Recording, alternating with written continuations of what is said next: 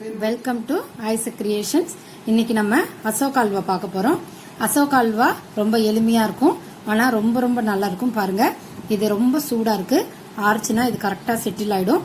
இவ்வளவு சுவையான அசோகா அல்வாவை எப்படி செய்யலான்றத பார்க்கலாம் வாங்க. அசோகா அல்வா செய்யலாம்.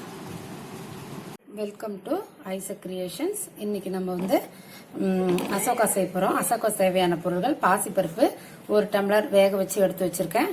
ஒரு 4 ஸ்பூன், நான் வச்சிருக்கிறதுக்கு 4 ஸ்பூனு, 1 டம்ளருக்கு பெரிய டம்ளர்ன்றா 4 ஸ்பூனு கோதுமை மாவு, முந்திரி பருப்பு தேவையான அளவு, ஏலக்காய் ஒரு 4, சர்க்கரை 1:2. நான் எடுத்திருக்க டம்ளர்ல 2 டம்ளர் சர்க்கரை, 1 டம்ளர் பாசிப்பருப்பு எடுத்திருக்கேன்.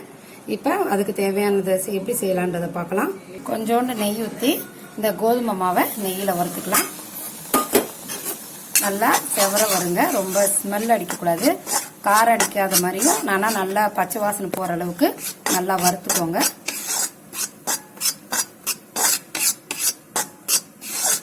பச்சை வாசனை போயிருச்சு, நல்லா வறுத்துட்டோம். இப்போ அதுல பாசிப்பருப்பு பாருங்க. நல்லா பாசிப்பருப்பு கோதுமை மாவுல போட்டோம். நான் பாசிப்பருப்பை அப்படியே ஒரு எடுத்து கழுவிட்டு 2 விசில் வச்சு எடுத்துட்டேன். ரொம்ப நல்லா வேக வைக்கல பாருங்க, கொஞ்சம் பிசுரா இருக்கும். அப்பதான் அதோட டேஸ்ட் நமக்கு ரொம்ப நல்லா இருக்கும். கிளற ரொம்ப நல்லா இருக்கும். இது நல்லா கிளறலாம். இங்க பாருங்க, அடியில பிடிக்கிற மாதிரி இருக்கும், ஆனா நல்லா கைவிடாம கிளறுங்க. இதுக்கு 1:2, இன்னும் 2 நிமிஷம் பச்சை வாசனை போக கிளறினா போதும். அதுக்கப்புறம் சர்க்கரையை போட்டுடலாம்.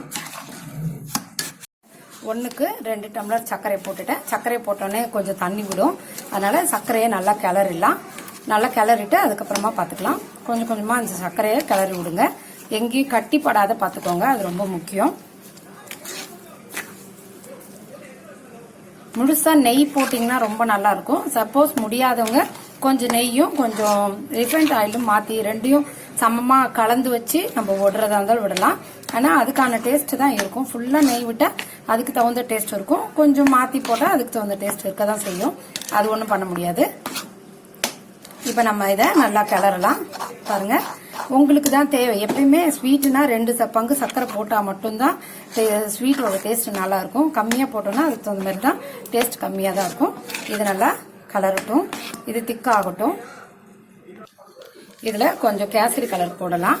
நமக்கு கலர் போட்டாதான் ரொம்ப நல்லா இருக்கும். கேசரி கலர் இருந்தா குங்குமப்பூ இருந்தா குங்குமப்பூ போடுங்க, அப்படி இல்லைன்னா கேசரி கலர் போடுங்க. கேசரி கலர் போடும்போது தான் கலருக்காக தான் அழகா இருக்கும்.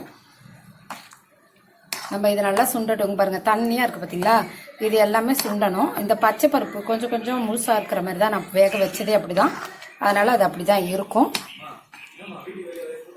இது நல்லா சுண்டட்டும். இந்த கலர் ஓகே அப்படின்னா பாருங்க, இல்லைன்னா உங்களுக்கு எக்ஸ்ட்ரா கலர் வேணா கொஞ்சம் நீங்க போட்டுக்கலாம். இது எனக்கு போதும். நேர்ல கலர் கரெக்டா இருக்கு, போன்ல கலர் கொஞ்சம் கம்மியா தெரியுது. இப்ப வறுத்து வச்சாச்சு. நல்லா சுண்டட்டும். பாருங்க, கொஞ்சம் சுண்டுன பிறகுதான் அடி பிடிக்க ஆரம்பிக்கும். ஆனாலும் கைவிடாதீங்க. என்னைக்குமே அல்வானா கைவிட்டீங்க அப்படின்னா அடியில உட்காந்துரும். அதுவும் பாசிப்பருப்பு நிச்சயமா அடியில உட்காந்துரும். அதை பார்த்து நீங்க செய்யுங்க. இது நல்லா கிளறி விடுங்க.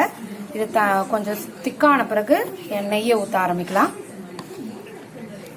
இல்லை இப்போ உங்களுக்கு கஷ்டமா இருக்குனால இப்போ ஊற்ற வேணாம், இப்போ ஒன்றும் கஷ்டமா இருக்காது. திக்கா இருக்கட்டும். அதுக்கப்புறம் திக்கானவுடனே கொஞ்சம் கொஞ்சமா நெய் விட்டு கிளறி விடலாம்.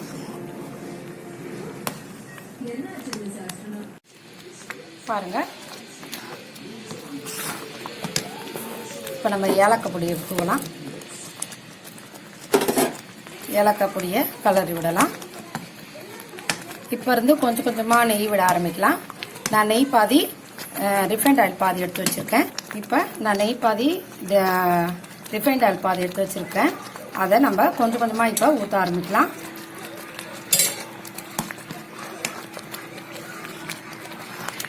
நீங்க நினைக்கலாம் நான்ஸ்டிக் பாத்திரத்தை செஞ்சா அடிப்பிடிக்காம இருக்கும்னு.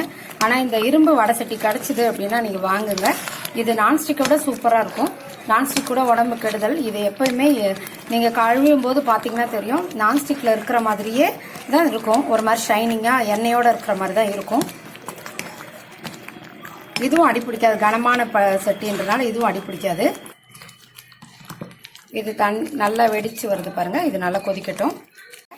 5 நிமிஷத்துக்கு ஒரு வாட்டி சும்மா 2 ஸ்பூனா விடுங்க. ரொம்ப மொத்தமா ஊத்த வேண்டாம். அப்படி கேப் விட்டு விடும்போது தான் அதில் உள்ள நல்லா சொதறி நல்லா கிடைக்கும்.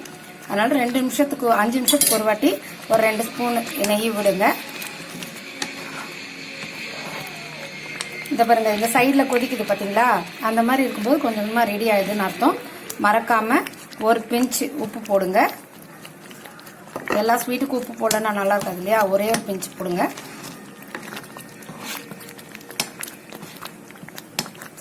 ஒருவேளை உங்களுக்கு எல்லா பாசிப்பருப்பும் தெரியல, கொஞ்சம் கொஞ்சம் பாசிப்பருப்பு தெரியுது பாருங்க, அது மாதிரி தெரிய வேண்டாம், எல்லாமே உங்களுக்கு நல்லா குழைவா கிடைக்கணும் அப்படின்னு நீங்க நினைச்சீங்கன்னா ஒரு சுத்து மிக்சியில ஓட்டிட்டு போடுங்க. எனக்கு இந்த ஃப்ளேவர் பிடிக்கும்ன்றனால நான் இப்படியே தான் வச்சுப்பேன். உங்க இஷ்டம் தான், எப்படி வேணும்ன்றதை நீங்க தான் முடிவு பண்ணிக்கலாம். இங்க பாருங்க கொஞ்சம் கொஞ்சமா வருது, எண்ணெய் விட்ட எண்ணெய் அப்படியே இருக்கு பாருங்க. இன்னும் லேட் ஆகும்.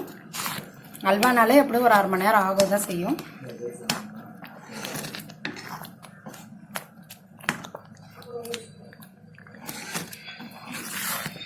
மாதிரி கண்ணாடி கலர்ல மாறி இருக்கு பாருங்க, அதுதான் அது. இங்க பாருங்க, அடியிலலாம் எந்த சைட்லயும் பிடிக்காது. இந்த பாத்திரத்திலையும் கூட நான்ஸ்டிக் தான் இல்ல, நான்ஸ்டிக் மாதிரியே இதுலயும் இந்த பாத்திரத்துலயும் எதுவுமே பிடிக்காது. இங்க பாருங்க, எல்லா சைட்லயும் கரெக்டா இருக்கு. ஆனா இன்னும் கொஞ்சம் வேகணும். காரணம் என்னன்னா, நம்ம விட்ட எண்ணெய்லாம் மேல வெளியில வரும்போது தான் அது ரெடி ஆயிடுச்சுன்னு அர்த்தம். அது வரைக்கும் நம்ம கிளறிட்டு தான் இருக்கணும். இப்ப நம்ம வறுத்து வச்ச முந்திரி பருப்பு போடலாம்.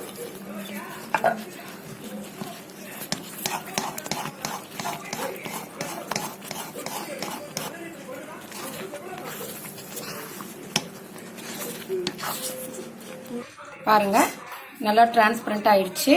இப்போ இது வெந்தது போதும். இதை விடவும் திக்கா இருக்கணும்னு அவசியம் இல்லை. இது ஏன்னா கொஞ்சம் ஆறணும்னா இன்னும் திக்காயிடும். ரொம்ப திக்காகணும்னு நம்ம நினைச்சோன்னா அப்படி புட்டாட்டம் மாறிடும். அதனால இந்த அளவு திக்கானது போதுமானது.